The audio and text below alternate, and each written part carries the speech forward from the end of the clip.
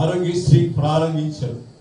ఏ విధంగానైనా సరే ఆ బిడ్డకు స్వస్థత కలగాలి, నయము చేయాలి, ఆ బిడ్డ జీవించాలి, ఆ కుటుంబం సంతోషంతో ఉండాలి. ఆ కుటుంబంతో పాటు ఎందరైతే ఆ కుటుంబాన్ని ఆదరించిన వారుగా, చూచిన వారుగా, పరిచయం కలిగిన వారుగా ఉన్నారు, వారందరూ కూడా ఘనతను సాధించినటువంటి వారి యొక్క జాబితాలో శ్రీ వైఎస్ఆర్ గారిని చేర్చాలని ఆయన అభిప్రాయం.